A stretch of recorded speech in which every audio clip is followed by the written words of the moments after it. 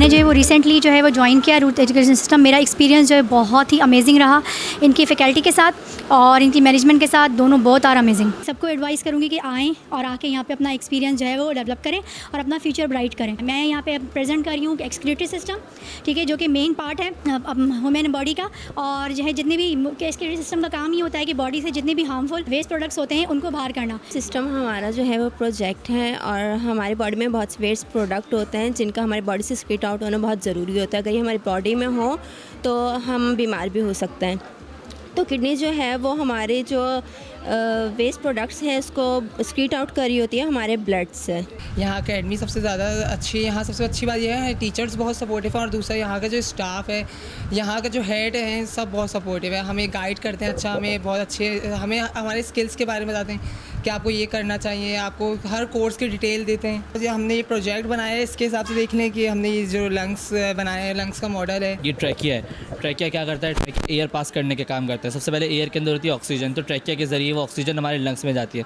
फिर जो ऑक्सीजन के साथ कार्बन डाइऑक्साइड जाती है वो हमारी बॉडी के लिए हार्मफुल होती है, CO2। तो वो CO2 एक्सहेल्ड आउट हो जाती है। एक्सहेल्ड मतलब कि बाहर निकलना। मैं पहले फिजियोथेरेपी में थी but later on sir Yasir gave me a brief instruction कि भाई फिजियो की ये है चीज़ें आप कर सकते हो आगे जाके, तो ठीक है। तो देन आई थॉट कि नहीं I should switch my subject, तो फिर आई स्विच्ड ऑन OT। जो चार्जेस वगैरह हैं फ़ीस की वो बाकी इंस्टीट्यूट के निस्बत बहुत ज़्यादा रीज़नेबल हैं और हमारे स्टाफ बहुत अच्छा है, हमारे टीचर्स बहुत क्वालिफाइड हैं, तो और हमारी ट्रेनिंग वगैरह के जो हॉस्पिटल्स ऑप्शंस हैं वो बहुत अच्छे हैं। स्पेशली मैं इतने लैब टेक्नीशियन जो कोर्स करना आई हुई एंड इतना टीचर्स लाइक सब and sir Yasir, miss Sana and theories miss Noor Zahra वो सब teachers and sir Yasir like समझाइंदो दैन कोऑपरेटिव टीचर्स इन असांजा हेते अचन पढ़ण इलाही सुठो इंस्टीट्यूट आहे ऐं जेको आहे रिज़नेबल प्राइस फीसिस आहिनि हिते।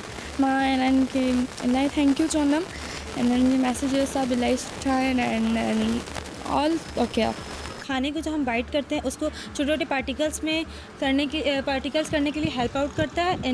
ऐसा फिगर जो होता है वो हमारे स्टमक से अटैच होता है 8 फुट होता है 8, ठीक है। ये स्टमक जो होता है ना हमारा एसिड और वाटर को ना एसिड और वाटर को एक तरह से ना अपने पास रखता है जिसको उसको नीड होती है। जिसको नीड नहीं होती है वो स्मॉल इंटेस्टाइन में भेज देता है। स्मॉल इंटेस्टाइन लार्ज इंटेस्टाइन में भेज के उसको जो हेल्प जिसको चाहिए होता है वो रखता है, जो नहीं चाहिए होता वो एक वेस्ट प्रोडक्ट में वो कर देता है। मैं यूथ एजुकेशन की स्टूडेंट हूँ और हमारा यूथ एजुकेशन में बहुत अच्छा एक्सपीरियंस रहा है। हमारे यहाँ के टीचर्स बहुत अमेजिंग हैं।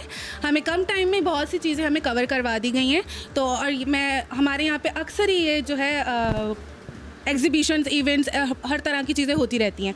मैं कहूँगी यूथ एजुकेशन को और सर्कुलेट करें और स्टूडेंट्स यहाँ पे आए और बेहतरीन स्टडीज़ को अपनाएं और यहाँ के अमेजिंग टीचर्स के साथ काम करें। हमारा जो हार्ट होता है उसका कॉनिकल शेप होता है। अगर इसकी साइज़ की बात करें तो साइज़ जो है लेंथ, वेट और थिकनेस की बात करें तो लेंथ जो होता है हमारा 12 होता है और थिकनेस की बात करें तो 6 होता है। अगर वेट की बात करें 6.5 होता है। इंटरनल स्ट्रक्चर जो कि वेना केविया से हमारे डीऑक्सीजनेटेड ब्लड आता है। सबसे पहले तो मैं यूथ एजुकेशन का जो है शुक्रिया अदा करना चाहूँगा और सना मैम है, यासिर सर है, हमारे डायरेक्टर हैं, उन्होंने एग्ज़िबिशन करवाई है, इसके लिए हम उनका शुक्रिया अदा करते हैं। और इसी तरह की एग्ज़िबिशन और भी होती रहती हैं। इससे क्या होता है स्टूडेंट में सीखने का और सिखाने का, जो लोग आते हैं देखने वो भी कुछ सीखते हैं, हम भी कुछ सीखते हैं हार्ट के बारे में, लंग्स के बारे में, काफ़ी सारी चीज़ों के बारे में। ठीक है डॉक्टर साहब, ये बताएं आज आपने यहाँ विज़िट किया एज अ चीफ गेस्ट, कैसा लगा स्टूडेंट की परफॉर्मेंस आपको?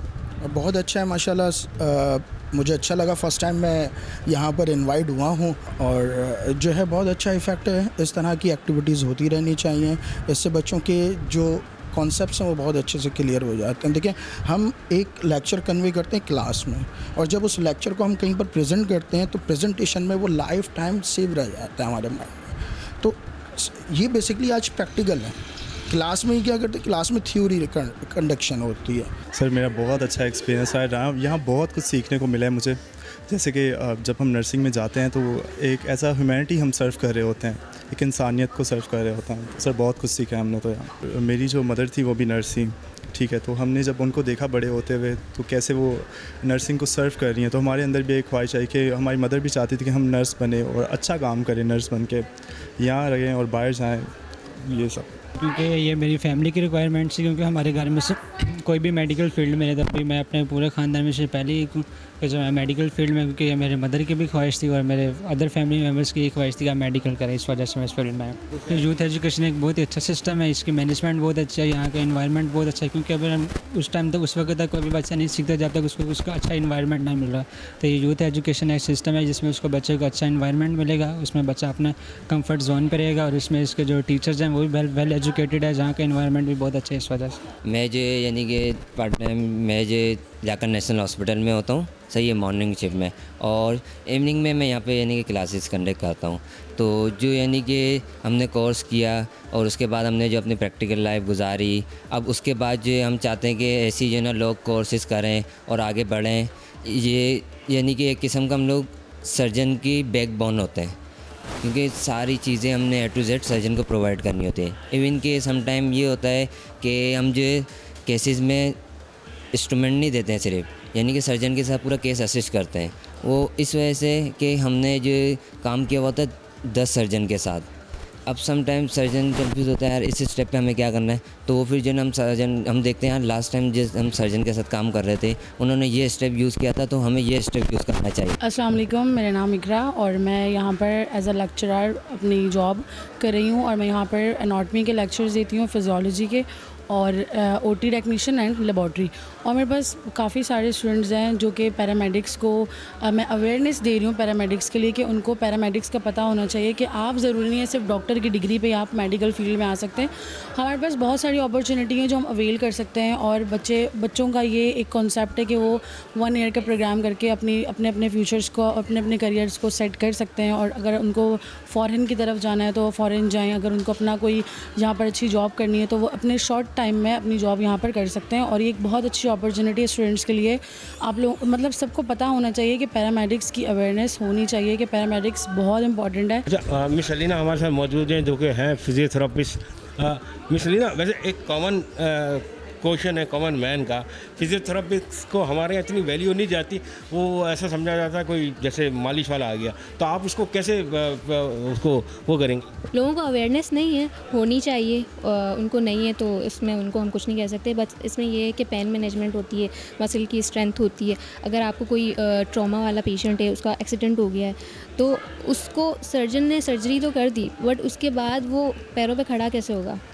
कोई फिजियोथेरेपी होगी, कोई टेक्निक होगी, कोई उसका पूरा एक पैटर्न होगा, उसके बाद वो पैरों पे खड़ा होगा ना, तो उसमें फिजियोथेरेपी का बहुत बड़ा रोल है। मैं खुद यहाँ पर जो है ना एज अ गेस्ट आई हूँ, तो यहाँ का मैंने देखा कि यहाँ पे जो स्टूडेंट्स हैं, यहाँ के जो टीचर्स हैं वो बहुत ज़्यादा अंडरस्टैंडिंग है, उनका एनवायरनमेंट अच्छा है, आपस में स्टूडेंट की और टीचर्स की आपस में अंडरस्टैंडिंग अच्छी है।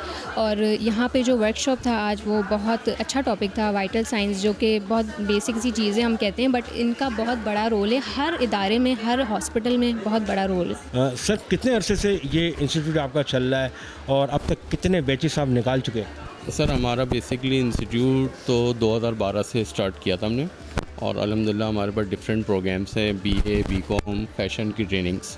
लेकिन पैरामेडिकल्स के जो प्रोग्राम्स हमने स्टार्ट कराए ये कोरोना के बाद, जब हमारे एक सीनियर टीचर हैं साबुन वाला, जिन्होंने हमें एडवाइस की कि इस वक्त पूरी दुनिया में जो सबसे ज़्यादा नीड है वो पैरामेडिकल स्टाफ की है। तकरीबन 4 बैचेस जो हैं वो हमारे पास फील्ड में जा चुके हैं ट्रेनिंग्स के हवाले से, जो डिफरेंट हॉस्पिटल्स में ट्रेनिंग्स कर रहे हैं। बाकी 4 बैचेस जो हैं वो हमारे ड्यूरिंग स्टडीज़ जी तकरीबन 10 से 12 हॉस्पिटल्स हमारे हैं ऐसे जिनके साथ हमारी कोऑर्डिनेशन है। उसमें दारुल सेहत है, उसमें हमारा जैन हॉस्पिटल है, उसमें आपका मुस्तफ़ा हॉस्पिटल है, और बहुत सारे हॉस्पिटल्स हैं। तकरीबन 10-12 हॉस्पिटल्स हम कोऑर्डिनेशन है। जी देखें, हमारे पास डिफरेंट काउंसलर हैं। हम जब अपनी मार्केटिंग करते हैं तो हमारे पास स्टूडेंट हमसे कम्युनिकेट करते हैं, मीडिया पे कोऑर्डिनेट करते हैं, व्हाट्सएप पे कोऑर्डिनेट करते हैं, तो हम उनको इनवाइट करते हैं, हम उनको बाकायदा जो है वो काउंसलिंग करते हैं और मुख्तलिफ़ फ़ील्ड्स के बारे में गाइडलाइंस देते हैं। हमारे पास खुद सीनियर्स लोग हैं जिनके ज़रिए हम उनको प्रॉपर काउंसलिंग जो है वो प्रोवाइड करते हैं, किस फील्ड में वो जाना चाहते हैं, क्या उनका फ्यूचर है और उनकी मतलब ख़ुद की मेंटेलिटी क्या है। फील्ड्स तो देखें सारी बेहतर होती हैं, सब अच्छी हैं, और मेडिकल का जो स्कोप है वो पूरे पाकिस्तान में बहुत ज़्यादा है। फ़ीस हमारी स्टैंडर्ड प्राइस है। हम लोग अपनी फ़ीस जो है वो एडमिशन फ़ीस 10,000 रुपये और 8,000 रुपीज़ पर मंथ फ़ीस हम चार्ज करते हैं, ठीक है। लेकिन अगर किसी के साथ कोई प्रॉब्लम है, कोई जेन्युइन प्रॉब्लम है, तो एडमिशन के वक्त हम उसमें 50% तक का ऑफ दे देते हैं। मतलब ऐसे बच्चे भी हैं जहाँ जो यहाँ पे 3,000 रुपये में पढ़ रहे हैं, 4,000 रुपये में पढ़ रहे हैं, 5,000 रुपये में पढ़ रहे हैं, जिसकी जो प्रॉब्लम है उसको हम देखते हुए उनको स्कॉलरशिप प्रोवाइड करते हैं। मैं यहाँ पर लेबोरेटरी टेक्नीशियन का कोर्स कर रहा हूँ। हम गुज़िश्ता 7 मंथ से यहाँ पर लैब टेक्नीशियन का कोर्स कर रहे हैं। लेकिन हमने यहाँ पर कोर्स करने से पहले हमें सिर्फ ये इंटरेस्ट था कि हम लैब का कोर्स कर रहे हैं, सिर्फ हमें इसके स्कोप के बारे में कुछ नॉलेज नहीं था। लेकिन माशाल्लाह से हमें मिस इकरा पढ़ा रही हैं, जिन्होंने हमें बहुत अच्छी तरीके से इसके बारे में डिटेल से बताया। उन्होंने हमें ये समझाया कि आप ये वायद वो लैब फील्ड है, बाकी अगर आप कोई भी कोर्स करेंगे तो उसमें सिर्फ आप अपना सैलरी पर ही डिपेंड कर सकते हैं। लेकिन वायद लैब वो फील्ड है जिसकी आप बिज़नेस भी कर सकते हैं और बहुत अच्छा स्कोप है और बहुत कम पैसों में इसका बिज़नेस हो सकता है। यूथ एजुकेशन में आई, यहाँ के टीचर्स, यहाँ के प्रिंसिपल, ओनर माशाल्लाह बहुत कॉम्पिटिटिव है और सब बहुत अच्छे हैं। इसी वजह से हमारा इंटरेस्ट जो है वो दिन ब दिन और बढ़ता गया और हम सब बहुत थैंकफुल है मिस इकरा के कि उन्होंने हमें इतना अच्छा टीच किया, हमें इतना पढ़ाया कि हमारा इंटरेस्ट दिन ब दिन और बढ़ता जा रहा है। हमें यहाँ पे पहले ना सारी चीज़ों के बारे में गाइड किया गया था, जैसे सर यासिर हैं, उन्होंने हमें स्कोप बताया, सारी चीज़ें बताई और उसके अलावा ये बताया कि आगे आप क्या क्या कर सकते हैं। तो इसमें हमने ये देखा कि लैब टेक्नीशियन का जो है यहाँ पे बहुत ज़्यादा स्कोप है और बहुत ही अच्छे तरीके से गाइड किया जा रहा है।